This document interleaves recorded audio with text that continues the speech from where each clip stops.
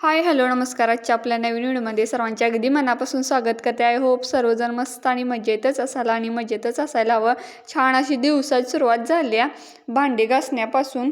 पहिला म्हटलं भांडी घासूया, आज वेळ आहे अजून थोडा म्हणून. मुलगा आंघोळ करायला आहे, तेवढ्यात म्हटलं थोडीशी भांडी घासते, कारण मला पळपूट लाटणं चपातीसाठी हवं होतं. त्याच्यासाठी असं म्हणत म्हणत मी सगळीच भांडी घासून काढणार होते, पण थोडा वेळ होईल म्हणून थोडीफार काढून घेतली. आणि त्याला काय आता शाळेत लवकर जायचं आहे आज, म्हणून डबा घेऊन जाणार आहे. आणि आम्ही तिघं तर घरातच आहे. आणि कामाला लगेचच आपली हे आलेले आहेत गेटचे जे काय काका आहेत, ते दोघेजण घेऊन आलेले आहेत गेटचं जे काय साहित्य असेल ते सगळं. आणि आज फुल अँड फायनल गेट बसणार आहे आपल्या घराला. आणि त्याचासुद्धा लुक कसा असेल आणि काय काय राहिलं होतं त्याचं ते पण मी दाखवेन, ते काय जोडलं वगैरे त्याला.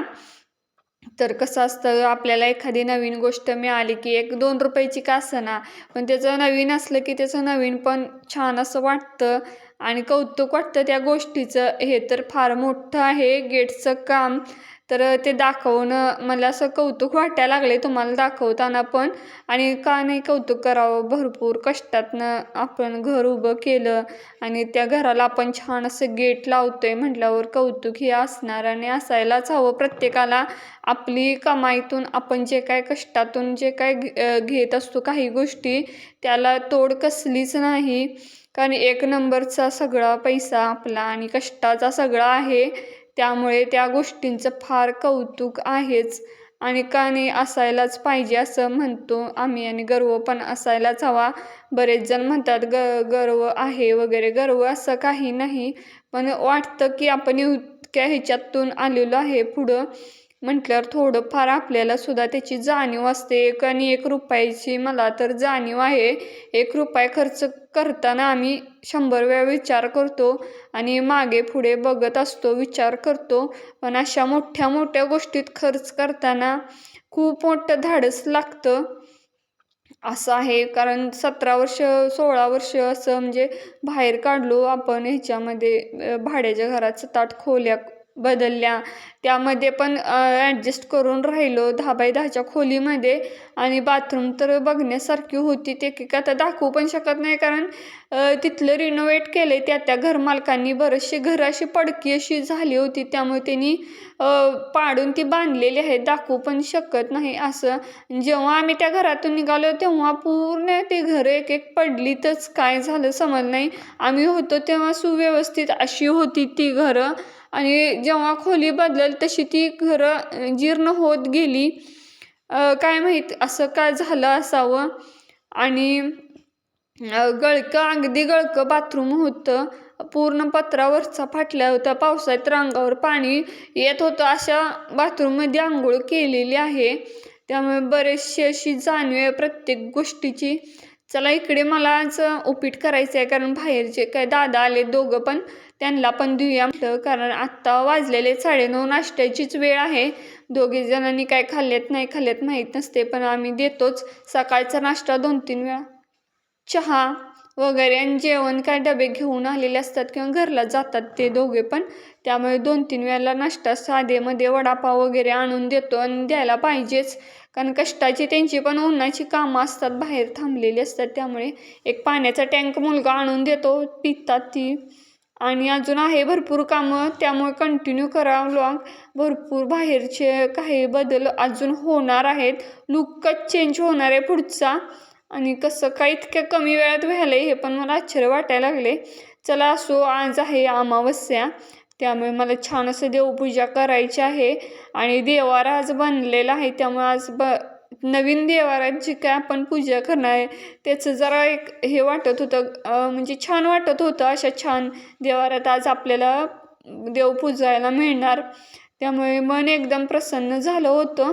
थोडं कसं बुट्टीत घालून 2-3 दिवस ते असेच ठेवले होते, त्याला धूळ लागली होती.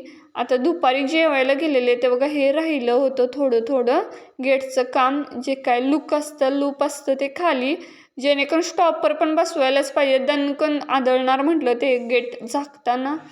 तर असं साहित्य टाकून थोडं गेलेत दोघं पण. तर असू दे म्हटलं, आहे लक्ष कोण नेत नाही. आणि इकडे बघा बाहेर असं झाले, तुम्हाला माहीत असावं किंवा कोण करणार असेल तर बाहेरच्या साईडनं आपलं गॅसच्या टाकीचं म्हणजे प्रोव्हिजन त्यासाठी दाखवत होते. तर तिथे थोडंसं फट राहिले आणि तिथे आता पत्रा लावूया असं चाललंय मिस्टरांचं. ते पत्रा आणायला गेल्यात. आता बघूया आज होतंय का उद्या होते हे काम. तर इथे असं फट राहिलेलं आहे, ते थोडंसं व्यवस्थित सेफ्टीच्या दृष्टिकोनातून पण करायलाच पाहिजे. तर गवारी मी निवडलेली आहे, गवारीची भाजी करायला घेतल्या आणि संध्याकाळची वेळ आहे. तर असं बघू शकता आज देवारा छान वाटायला लागलेला. बघताना मस्त वाटत होतं. रोज जसं ते चिरांचं दिसत होतं ना, मागच्या व्लॉगमध्ये बघितलं असेल तर चिराच होत्या, पण आता छान वाटायला लागले. आता मिस्टर काय करायल्यात, इथे कुंड्या असं लाईन लावून घेत होते, त्या कट्ट्यांच्या वरती लावू नका म्हणलं तर काय ऐकत नाहीत. तर आता सगळा स्वयंपाक झालेला आहे. गवारीची भाजी, डाळीची आमटी, भात वगैरे झालेला आहे. तर मिस्टर गेल्या तर आता अमावस्येचं जे काही नारळ असतात ते फोडायचे आहेत, म्हणून आम्ही शक्यतो संध्याकाळचंच फोडतोय. आणि दिवसभर होतच नाही, करतो म्हटलं तर पूजा तर आज छान झाली, बघितलंच असाल. आणि आज पहिल्यांदा त्यांनी म्हणजे ॲक्सिडेंट झाल्यापासनं गाडीवर बसले आहेत आणि आता गावात गेल्यात. आता बघूया काय दुखतंय काय नाही हे बघण्यासाठी. त्यांना पण म्हणजे कधी ते गाडी पळवीन असं झालं होतं, पण डॉक्टरांनी सांगितलं होतं 3 महिने तरी काय अजिबात हात लावायचं नाही. तर त्यांनी काय ऐकत नाही, 2 महिने तरी झालेले आहेत. वाटत असेल त्यांना बरं. आता बाहेरच्या तर कुंड्या दाखवतेच, किती अशा जड होत्या, 150 कुंड्या होत्या. त्यांनी स्वतः त्या कुंड्या उचलून ठेवल्यात.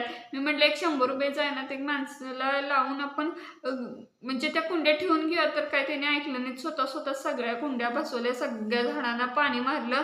तर उद्या पण एक महत्त्वाच्या कामासाठी अजून 2-3 हे लोक येणार आहेत. ते सुद्धा तुम्हाला पुढच्या म्हणजे उद्याच्या व्लॉगमध्ये दाखवेन. ॲक्च्युली काय होणार आहे बाहेरचं, म्हणजे जे काही कामकाज आहे ते दाखवेन. ज्यांना कुणाला म्हणजे असं बाहेरचं जे काय लुक करायचं असेल त्यांना एक उपयोगी पडेल ही माहिती ह्याच्यासाठीच मी दाखवाले. कुठं काय काय केले. आज पण थोडंसं केले, पण काहीतरी मिस्टेक झाल्या, त्यासाठी आता उद्याच्याला ते येणार आहेत. आणि सिलेंडरचं तर मी दाखवलंच. ज्यांना कुणाला करायचं असेल तर सेफ्टीच्या दृष्टिकोनातून वगैरे काय होतं, आपण जर सिलेंडर वगैरे आत ठेवायचं असं बघितलं तर फरशावर आणताना फरशांना स्क्रॅचेस जाण्याचे चान्सेस असतात, किंवा वळताना पण अवघड होतं. आत आणताना सिलेंडर किंवा ते गोल चकतीचं मिळतं, त्याच्यावर ठेवून परत उचलून परत ठेवावं लागतं. त्याच्यासाठी बाहेरचं असं केलंय प्रोव्हिजन, जेणेकरून जर आम्ही गावाला वगैरे गेलो नसलो तर बाहेरच्या बाहेर जे कोण टाकीवाले असतील ते घेतील जातील आणि त्यांचं तिने आणून नवीन टाकी ठेवतील.